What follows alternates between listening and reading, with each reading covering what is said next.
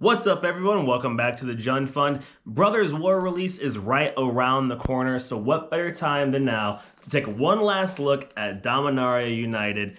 Take a look back at this set, see the impact that it had, the financial side of it, as well as talk about what we've seen so far with Brothers War. But I'm excited, more importantly, to crack some packs.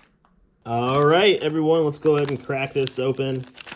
So yeah, hard to believe we're already moving past Dominaria United, moving straight into Brothers War. Real quick though, I want to shout out Inked Gaming, sick playmat right here. The TheJundFund, we're officially branded. Everybody, gotta love it. Got Dragon Shield sleeves as well. So hey, we're actually legitimate now. But anyway, back to Dominaria United here. Set that came out, so much hype surrounding it. The story, the whole Lost Legends thing with the collector booster boxes, all that stuff, and we're already past it. We're already moving on into the Brothers War, all that fun stuff. But I love this set. The story was phenomenal. I think the limited environment in this set is fantastic. I've already talked about that before, but I'll reiterate it. I mean, it's a great set. It really is. But we'll see what the little box topper is here. Okay, it's a Ayesha Tanaka Armorer. So got a rare in there, not too bad. So we'll set that aside here. But financially, as far as this set is concerned, Shield or the Apocalypse is still the big bad there. Sitting at about $50 for the single there. The Phyrexian version, a little bit more. Stained glass treatment is still beautiful. I really do love the art on this set. There we go, Aster Barrow Blade. Shout out to my boy Chris at One More Game. He did some work with this deck last night. But yeah, just a really fun set. I think it's a really solid overall set personally. Aside from the Chase Mythics, there wasn't like a ton of financial value to the set. But that's standard. You're gonna see that. But that's okay. It's not always gonna be a big home run each time. But I do think this set, obviously the legacy it's gonna leave is going to be those Lost Legend cards in the collector booster boxes, which, I mean, I have seen people pull Tabernacles out of there, which is pretty nuts. Not a ton, but, they did happen. So overall, I think that whole, if you want to call it a stunt, if you want to call it a product plan or just a nice little surprise, I do think it did well as far as pushing sales. But I don't know that it necessarily did exactly what they wanted it to do, but who knows. Sphinx of Clear Skies for the first mythic there. And a card from the list, Dark Ritual, actually. It's really weird seeing this in like a different artwork frame. I'm so used to the original one there, the dude with the cloak and whatnot, but hey, still pretty cool. But yeah, I mean, I think we're going to see maybe some more of that Lost Legends type stuff moving forward, especially next year with it being the official, 30th anniversary. I could see them doing some stuff like that moving forward, but I'm all for it personally. That's my take. Ooh, there we go. Phyrexian Text, a Johnny Sleeper Agent. Very nice. Very, very nice. Super cool. Shout out to Victor Adame Minguez, amazing artist. Got to meet him when I was at Magic 30 this past weekend, so he's a really, really nice guy, an incredible artist, and yeah.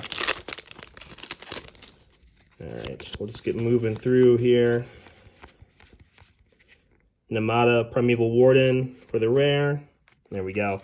So obviously, like I said in the beginning, we've kind of moved past this set already, and we're already moving on to Brothers War, and that's shaping up to be a ridiculous set as well. Go figure, a lot of artifacts, I mean, as expected. But yeah, just a really cool set looking so far. As far as financial value, a lot of that obviously is going to be contingent on those collector booster boxes. They're doing those serialized cards, numbered cards, that are going to be in that kind of blueprint style, Da Vinci style artwork there. There's a world spell for the mythic. So that's what we have, coming up there, Brothers War, and I think it's going to be a really cool set. And I think it's going to do pretty well. I mean, it's going to be a holiday set, obviously. It's going to get a boost of sales from the time of year it's being sold in. But I don't necessarily know that it's going to be a massive home run financially. I think as far as the actual card design, set designs, it's going to be great. I think it's already going to be a home run as far as that's concerned. Financially, though, that's yet to be seen, obviously. But who knows? A Darker Waste for the first rare land. I am very excited, though, for next year, moving into Phyrexia All Will Be One. You guys know by now I'm a huge Phyrexian fan. I love those characters, love the whole story behind them. I just like villains. They're better written characters, personally. But, speaking of, the Weatherlight completed. There we go. Who would have guessed? Go back 30 years and talk to a Magic fan and be like, hey, you know the Weatherlight, that really cool ship, you know? Yeah, that's going to become corrupted by the Phyrexians, and they probably wouldn't believe you. Oh, and there we go. Card from the list. Crypt Rats from Visions. Okay, pretty cool. But yeah, you know, I'm really excited for next year's sets. Everybody, rightfully so, is kind of saying this is their big Infinity War moment, their kind of MCU moment, which, yeah, you definitely can make that argument for sure. I'm excited regardless. I think it's going to be a ton of fun, and I think we're going to see a lot of characters that we haven't seen in quite a while. Just because this is going to be a multi-planar threat. So we're going to see, you know, we've already seen some key art for those upcoming sets, and it looks like everybody is getting involved, obviously, because it's the multiverse is on the line, essentially, here. But yeah, I am really excited for those sets next year moving forward. I think it's going to be pretty dope. Oh, there we go.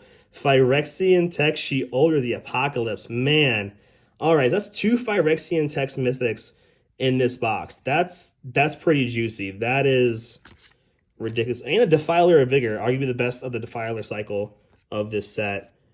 And I guess a foil rare and a card from the list there, Treasure Hunter. All right, man. Okay, wow, that was a really, really good pack. Man, 2 Phyrexian Text Mythics.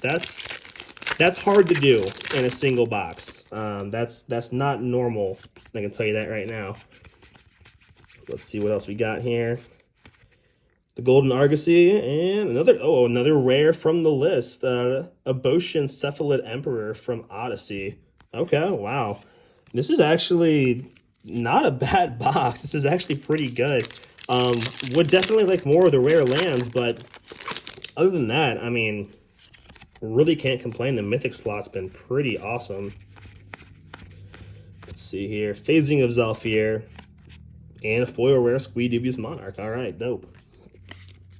So yeah, I personally really like this set a lot. Like I said, the artwork is phenomenal.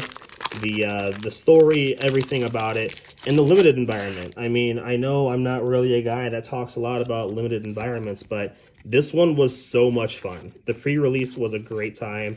I really recommend you guys go to pre-releases if you haven't before. It's tons of fun and supports your local game store, especially.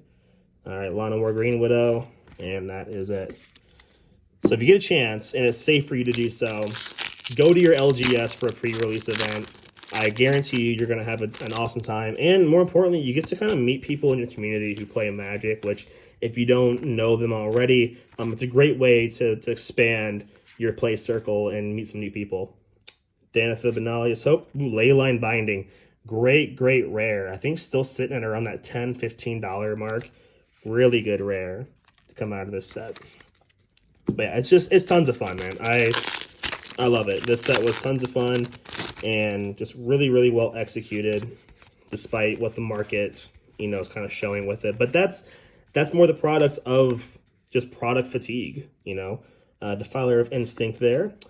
We just are getting so much product so quickly that it's impossible to really keep up and really appreciate a set. You know, I've got a video coming out later on this month where I kind of go over some of the sets earlier in this year and talk about how those sets were so good, but we just didn't get a chance to really appreciate them because by the time they released, we were already doing spoiler season for the next set. And it's just, we don't get a chance to really sit and appreciate sets anymore. And it's kind of a shame, honestly. I think so much work goes into these sets.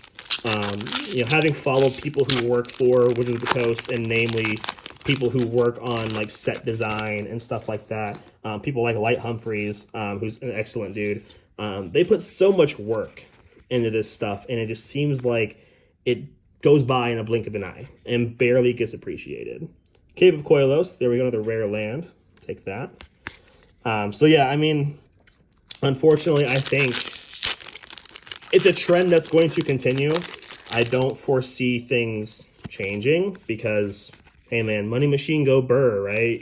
Like Hasbro wants to keep doubling profits like every single year, and they are going to at the rate they're moving, because regardless of how we may feel about product fatigue and the quality of products and stuff like that coming out, we're still buying this stuff.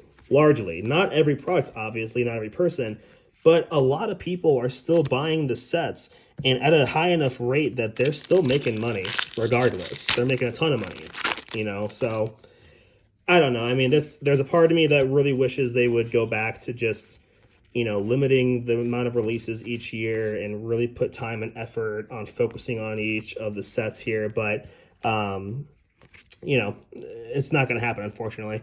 Blood Rights for the list slot. I believe that's from potentially a Lara block. I can't remember that set symbol, so forgive me. But yeah, I don't know. It is what it is, and it's not just Magic. I will say that too. I mean, if you live in America, which I know some of you, my viewers, don't, but if you live in the U.S., you guys know we get bombarded with product 24/7. So, ooh, there we go. Yavimaya Coast, full art borderless there, looks really nice. And ooh, okay, Vesuvian Diplomacy, really good mythic there as well. So yeah, like I said, it's just kind of the constant cycle of capitalism. We're just getting bombarded 24/7 with stuff.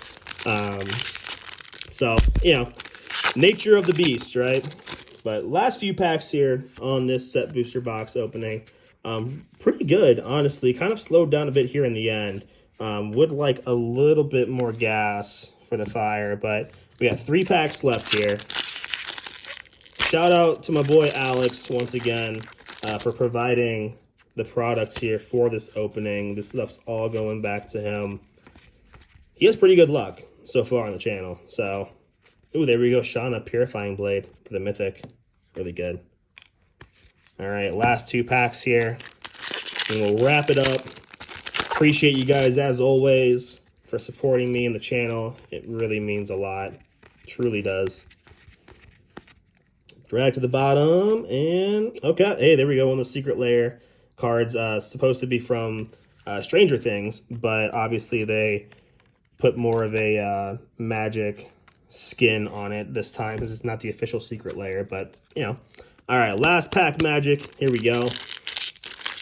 Can we get a Liliana? That would actually kind of top this video off really nicely if we can get a Liliana. Let's see what we can do here. Lana War Loam Speaker. All right, there we go for the rare. So that's going to wrap it up there for this Dominaria United set booster box opening. Like I said, I love this set. I think it's a phenomenal set. It was super well executed. The story's great. The set environment is just phenomenal. I love this set. I do. And I think it's a shame that we didn't get to spend enough time in it, but it is what it is. Overall, I mean, this box was pretty dang good. Looking at these 2 right here, I mean, that's pretty slick right there. $52 card, I think pushing around like maybe $20 right here. So, yeah, really good. Paid for like half the box right there with those 2 cards. But as always, thank you guys for supporting the channel. Be sure to like, subscribe, share it around. Check me out on all my social media stuff. Yeah, I'm on TikTok now as well. So if you look up TheJundFund on there, you'll see me on there cracking some packs every now and then. If you do want a JundFund playmat, I'm going to be sending out invoices for that stuff here shortly. So shoot me a message online, whether it be on Instagram, on Twitter, through YouTube, whatever works for you. And let me know. I will be putting orders in for this stuff. I will sign them for you as well, get them shipped out to you. But overall, I appreciate each and every one of you guys, and thanks for watching. Have a good one.